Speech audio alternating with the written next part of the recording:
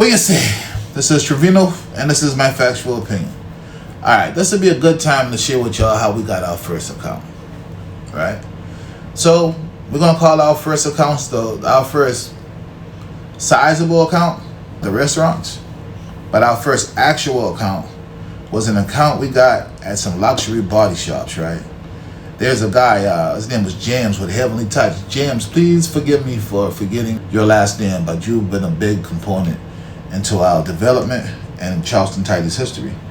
Because James and I, we met at work, and I saw him. I already had the conversation with the guy who planted the cleaning business in my head. And I saw James pull up in his Cadillac Escalade or whatnot. And I know he was cleaning the building. But it looked too simple. So I asked him, I said, hey man, how did you get started, this, that, and the third, right? And we started rapping and this, that, and the third. And he been telling me, I've been admiring his truck, and he was telling me, don't worry, one day you'll get one. And I kind of laughed it off, right? You know, just being myself, right? So I knew every day that I saw him, which was going to be Tuesdays, right? That's when he came to clean the building. I was going to have some type of conversation with him, try to pick his brain as to what to do next. But the whole time, y'all, I just been tough talking. I wanted to do something, right? But I didn't want to take the necessary steps. So I was afraid to take the necessary steps in order to get started. Well, lo and behold, James called me on a Saturday while I'm at work. And he said, hey, hold on, I'm going to put you on three-way. And when he put me on three-way, he put me on three-way with a contractor. And that contractor wanted us to meet so that we can pick up this account, these luxury body shops. And we did so. So after getting off, after James connected us, the young lady name was Lori, matter of fact.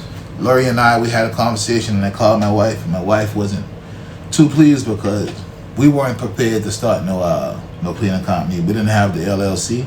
Let's go again. Pay attention. We didn't have no LLC. We didn't have any insurance. We didn't have anything of the sort, right? But we knew this is what we wanted to do, right? So as I've been talking to the lady, she asked me if we had all those things, and I told maybe just a little white lie. Well, it was a blatant lie. I said, yes, ma'am. Right now I'm at work. I work for a catering company. We're going to be out of town for the next couple of days. But when we get back, I have opportunity to get in the office, and I can send you over that information, or I can meet you with that information. So y'all know what we did after that, right? Immediately, I told my wife, man, get on that computer, and we're going to figure out how to get this LLC. And during that time, we didn't know what we were doing, but we were feeling around in the dark. It was simple enough, and we figured it out. So we got the LLC. Then I thought, we need insurance and this, that, and the third. Instead of honesty came across, and we called her and he said, hey, you know what? What's the terms of the insurance? She said, hey, Trevino, if you don't have insurance, don't worry about it. You can just be on my insurance for a couple of months, but we also want you to get your own insurance. Cool. Right? So we went to meet her, and honestly, y'all, we got beat. We got beat. I've been so excited about getting the account. I didn't know anything about the account. We actually charged her what we should have charged someone else who would take over the account for us. But we went into it as workers, right? Well, I went into it as a worker because my wife, at the time, she wasn't really with it. She been all for us opening the business and this, that, and the third, but she wasn't with going out here and cleaning the accounts or whatnot, right? So this is all equal, y'all. All equal. I'm thinking I can get in here and do these two accounts. It's twice a week, but it's the equivalent of a small car lot. Just imagine a small dealership, right? But we didn't have to clean the garage spaces or whatnot. It was just the common areas, which I would guesstimate would be about 2,500 square feet. But here's what happens to us. Both of these buildings were brand new. I'm noticing we're in these buildings for 5 to 6 hours a trip, right? Even the people who had cleaning companies, we telling them about even the people who had businesses or had cleaning experiences, right? We've been inviting them out to help us figure out how the hell to get out these buildings, right? But here's what we didn't know. The whole time we've been doing a post-construction clean, right? And we've been doing it for a rate that we shouldn't have been doing it for. And had we knew it was a post-construction clean, we would have been able to charge her upwards of damn near 10 times, maybe even 12 times of what she'd been charging us. Now, I don't fault that lady. You feel me? Because she probably know I've been lying from the gate. And that's why I get it. You know what I'm saying? Because we could have negotiated into the relationship with the truth. then maybe I would have get better reciprocity, if that's a good word.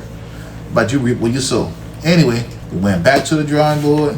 We did some renegotiation, and we just tried to push the envelope just a little bit.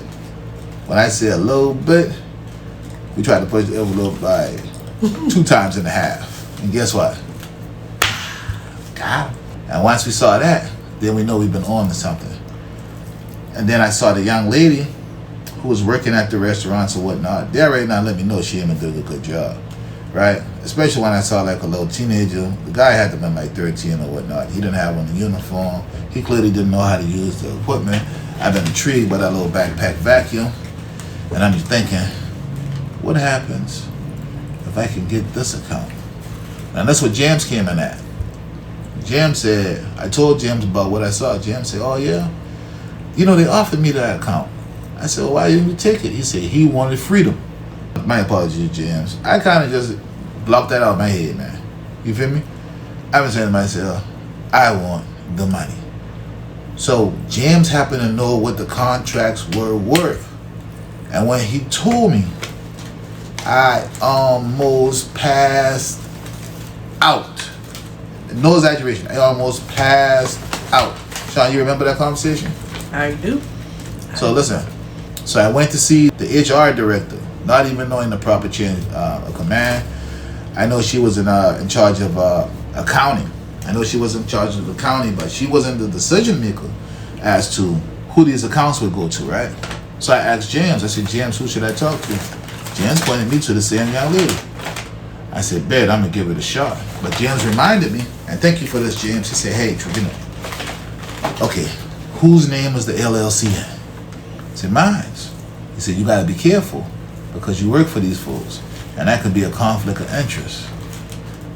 Wasn't thinking, right? So immediately, I went to my wife and I said, all right, baby, regardless of what's on paper, we going to present it as if this is your company and that's something that we'll be doing. Yeah, every now and then I'll be helping you clean the building. Translation, I already know I've been cleaning the damn building every night.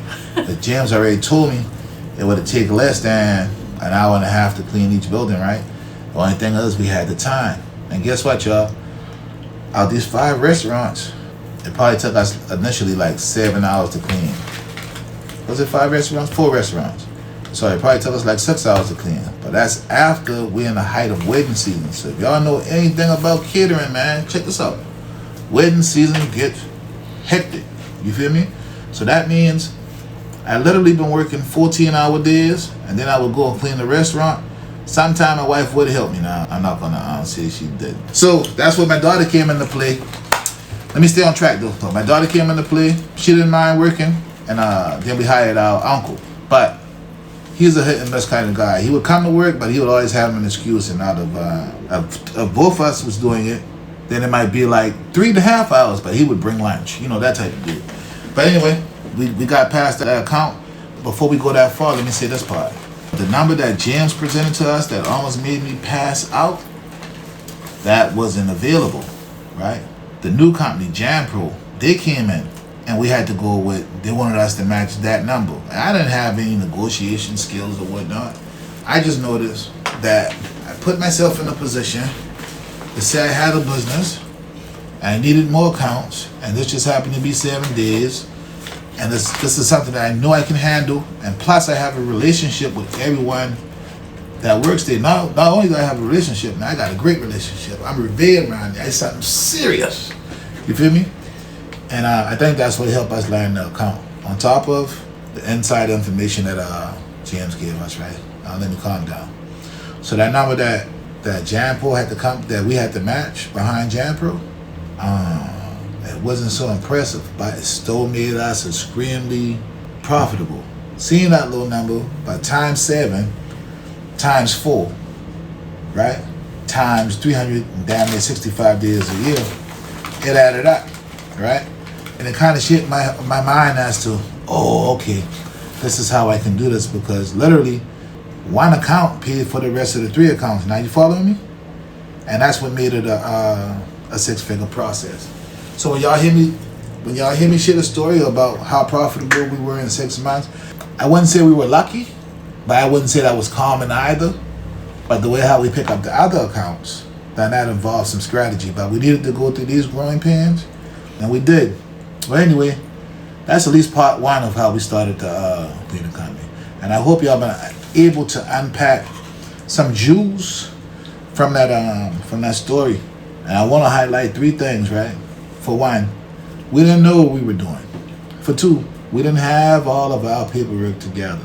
For three, we took a chance, man. We went on faith, and faith saw us through. 4, we've been doing some praying. 5, we've been doing a whole lot of sacrificing, right? Now, this ain't a Polo Me song, so every time you say to my wife, man, those are the struggles that we were going through because this was new. I'm already working, right? Was I still going to school at the same time, maybe?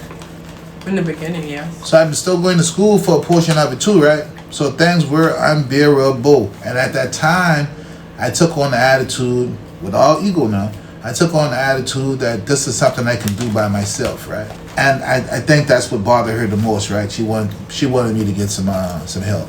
And right on cue, I had a conversation with my brother, and he came aboard, and he was able to help manage the situation, and that contributed to a large portion of our success too.